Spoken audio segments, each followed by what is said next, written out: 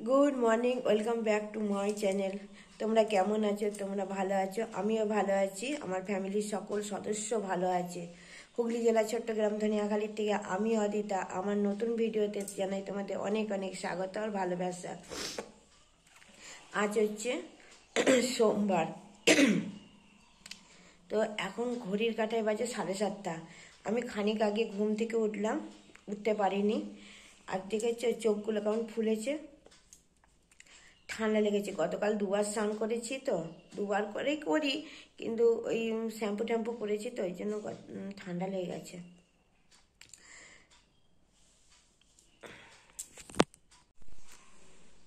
আমি কিছুক্ষণ আগে উঠেছি, উঠে ঘর দোয়ার ঝাড় দেওয়া হয়ে গেছে, মোছা হয়নি। আর আজকে সেজো যা গোপাল সেবা করে দিয়ে গেছে, কেননা আজকে আমি একটু বেলাতে স্নান করবো। এই নটা আগে স্নান করবো না আজকে। তো আমি ঘর দর মুছবো, তারপরে কটা বাসন আছে কালকে যে খেলাম, সেই বাসনগুলো পড়ে আছে বাইরে, সেগুলোকে মাজবো।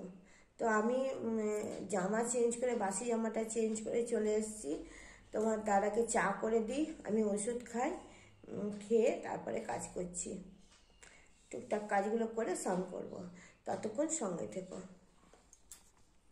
আর ভিডিও ভালো লাগলে অবশ্যই লাইক করো কিন্তু।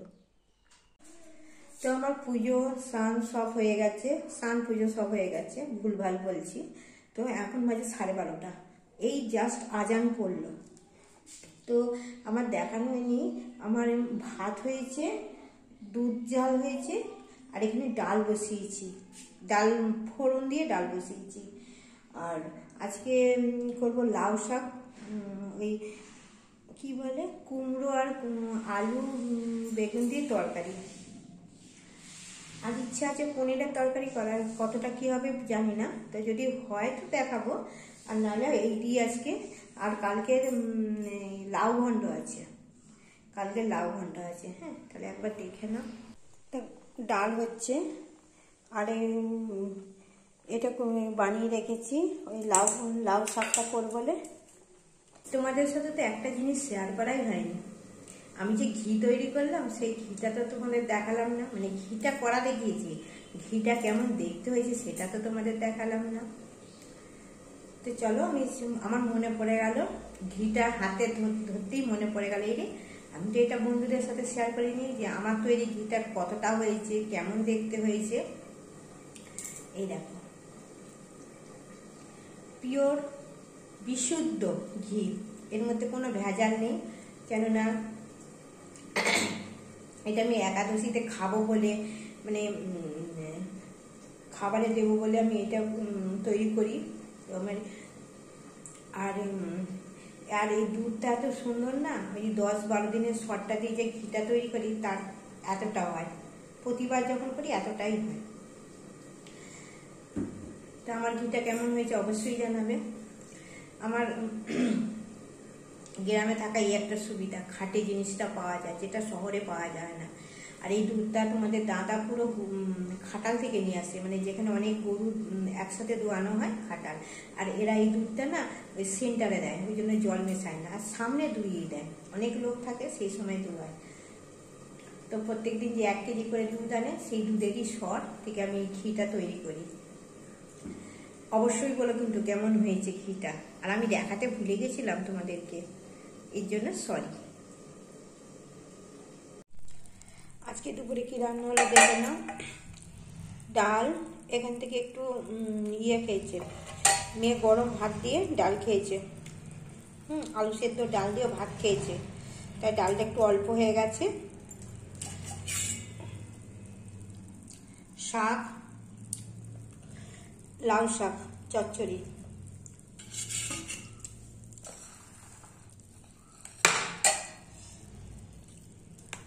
কালকে লাউ ঘন্ট গরম করেছি।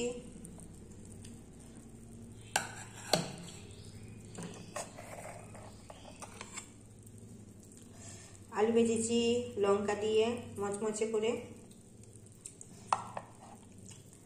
বিড়াল ছানাদের দুধ রেডি করেছি, দুধ মুড়ি, ওদের দুধ বিস্কুট সকালে দিয়েছি, সেটা দেখাইনি, এখন একটু কমই দেখাই, কেননা সবাই হয়তো বলবে ভিউজ কামানোর জন্য এগুলো দেখাচ্ছি, তাই জন্য এদের দেখানোটা একটু কমিয়ে দিয়েছি। কিন্তু এদের 4 বেলা 5 বেলা ওরা খায়, আমি দেখাই না আর। আর এই মটরশুঁটিগুলোকে না একটু সেদ্ধ করে রেখেছি হালকা। এই বেলা মেয়ে বলল আর পনির করতে হবে না, ও বেলা করবে।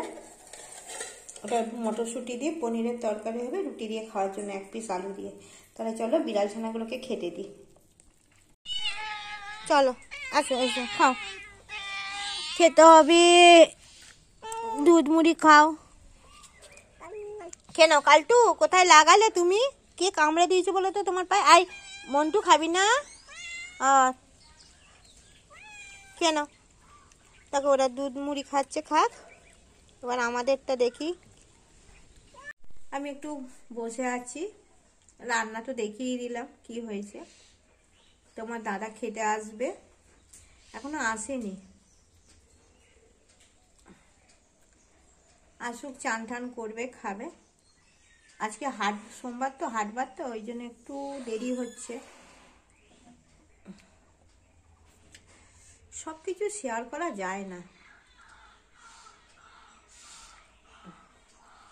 দেখবে। এই যে কিষানের জামা প্যান্ট, বাসন, আরও কিছু বাসন আছে, মানে প্রদীপ, ওগুলো ঠাকুর ঘরের ভেতরে আছে। আর প্রসাদের থালাগুলো ফ্রিজে ঢোকানো আছে, ওগুলো পরে গুছিয়ে নিয়ে প্রসাদের থালগুলো বার করতে হবে, সেগুলোকে মাজতে হবে, এগুলো ধুতে হবে। দেখি, এখন তো রোদ চড়া হয়ে গেছে, এখন আর ছাদে যাওয়া যায় না। শীতকালে একটু ভাত ফাত খেয়ে গিয়ে এইসব কাজগুলো মিটিয়ে আসতাম। আর এখন এমন হয়েছে না, ভিডিও আপলোড করা, ভিডিও এডিটিং করা করতে করতে 4টে 4:30 বাজে, তখন মনে হয় একটু শুই, আর ভালো লাগে না। আবার আধ ঘন্টা রেস্ট নিয়ে আবার দোকানে ছুটতে হবে, এসব ব্যাপারগুলো আছে। ওই জন্য সব কাজ ঠিক মতন হয় না, এলোমেলো হয়ে যায় কাজগুলো, প্রচুর এলোমেলো হয়ে যায় আমার। গাছে একটা বেগুন হয়েছে, দেখেছো? এই বেগুনটাকে তুলে নেব।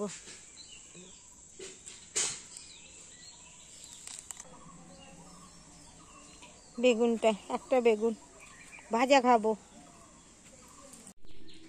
গুড মর্নিং, আমি আবার তোমাদের কাছে এলাম, কারণ আমি কালকের ভিডিও শেষ করিনি।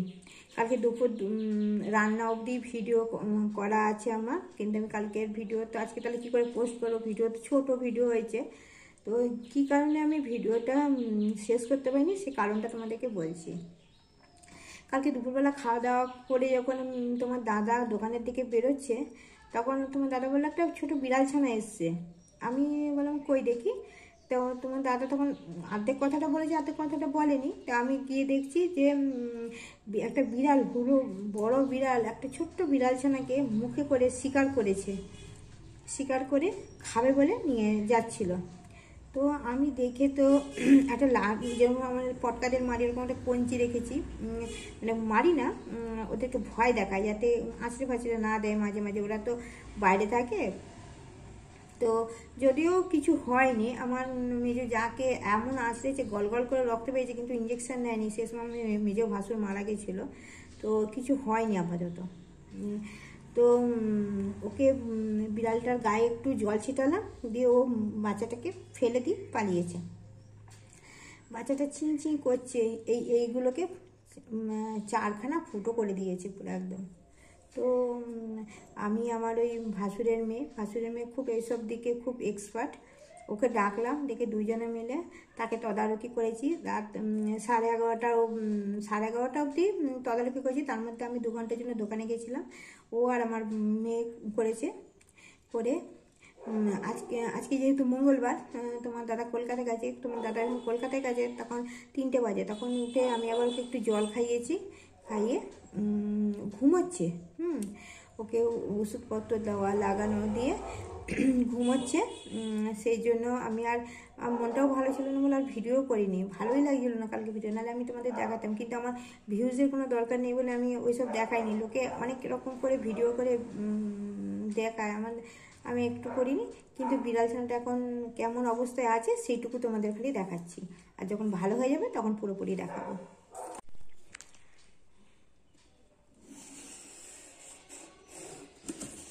একটা গেঞ্জির বাক্সের মধ্যে রেখেছি, এই যে ঘুমোচ্ছে। তুলোর বিছানা করে দেওয়া হয়েছে, এই যে একটু ঘাড়ের এখানটাতে কামড়েছে, ও কিন্তু ঘুমোচ্ছে। হ্যাঁ, ওকে খাইয়ে দেওয়া হয়েছে, ঘুমোচ্ছে। দেখেছো গলাটার কাছটা কি অবস্থা হয়ে গেছে। তো এবার ভাসুরের মেয়ে, এই যে ভাসুরের মেয়ে এসে ওকে ডপারে করে একটু গরম দুধ, উষ্ণ উষ্ণ গরম দুধ খাওয়াচ্ছে, এই যে খাচ্ছে গরম দুধ একটু খাওয়ানোর পর ওকে ওই ড্রেসিং করে দিচ্ছে, জায়গাগুলো একটু মুছে পরিষ্কার করে ওই যে গরম জলে মুছে তারপরে মলম লাগিয়ে দেওয়া, যেটা ডাক্তার বলেছে সেটুকুই করতে পারছি, বেশি কিছু। আর ওকে না ওই 7-8 দিনের বাচ্চা, তো ওকে ডাক্তারের কাছে নিয়ে গিয়েও কোনো লাভ হবে না। ডাক্তারকে বলেছে, ডাক্তার বলেছে যেটুকু ঘরের সেবাতে যদি ঠিক হয় তো হবে। তো তাই চেষ্টা করছি আমি আর আমার ভাসুরের মেয়ে মিলে। ও করছে, আমি বসে আছি। এরকম ওই যেখানটায় কামড়েছে না ওখানটাতে না রস গড়াচ্ছে, ফুটো হয়ে গেছে, ওখানটা ভালো করে মুছে দিয়ে আবার সেই ওষুধ লাগিয়ে তুলো দিয়ে করে রেখে দিচ্ছি। ভাবছি না, এমনি বলে না যে কারোর মুখে গ্রাস কেড়ে নিতে নেই। আমি কালকে বিড়ালের মুখের গ্রাস কেড়ে নিয়েছি, ওকে খেতে দিইনি বাচ্চাটাকে। যদি পাপ হয় হবে, কিছু করার নেই, কিন্তু এরকম পাপ করতে আমি রাজি আছি, বারবার এরকম পাপ করতে আমি রাজি আছি। তো আমি ভিডিওটা খুবই ছোট হয়েছে, এই ছোট ভিডিওটা দেখো। তো আজ থেকে আবার দেখি কী দেখাতে পারি। তাহলে তোমরা সব ভালো থেকো, টাটা।